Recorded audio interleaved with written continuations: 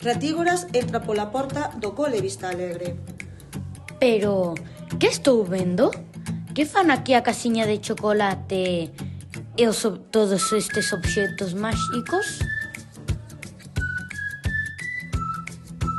O barquiño de soldadiño de chumbo. E Brancaneves tamén? Hola, ti quen és? Que estás facendo no cole? Ola, chámome Ratígoras e veño visitar a miña amiga Libruxa. Vivo nun bibliobús, polo que podes supoñer que me encantan as historias e os contos. Pois veniches ao lugar perfecto. E iso por qué?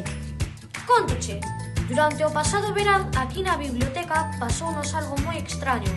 Houve unha festa e algúns personaxes dos contos perdimos os nosos obxetos máxicos e seguimos deambulando polo cole. Libruxa pediulle axuda aos vistalegríns para que nos axudasen a volver ao conto ao que pertencemos. E niso estamos. Pero, ti tamén és un personaxe? Seguro que estou soñando. Pois non estás soñando. Non me recoñeces? Son a princesa Ra.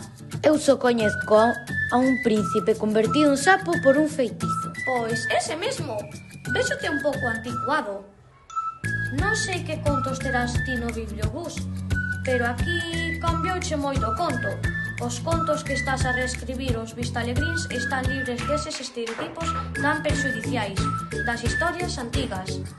Xa non hai só sapos, e eu non espero ningún bico dun descoñecido.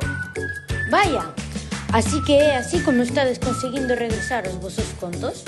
Sí, a través do poder das palabras, de novas historias e o traballo en equipo. Paréceme increíble. Teño unha idea. Hoxe é o Día da Paz e ten que cumprirse un novo reto. Quédate e compróbao por ti mesmo. De acordo, así tamén descanso un pouquiño da miña viaxe. Escondámonos, que non nos vexan. Observa e escoita.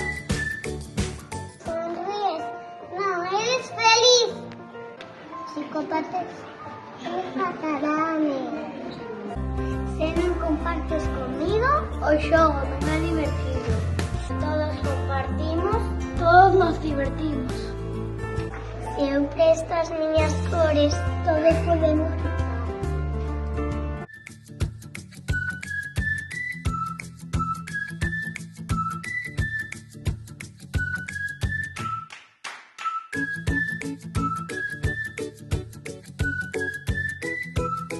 Tiñas razón, pura maxia das palabras. E así é como o xigante volve de novo ao seu conto.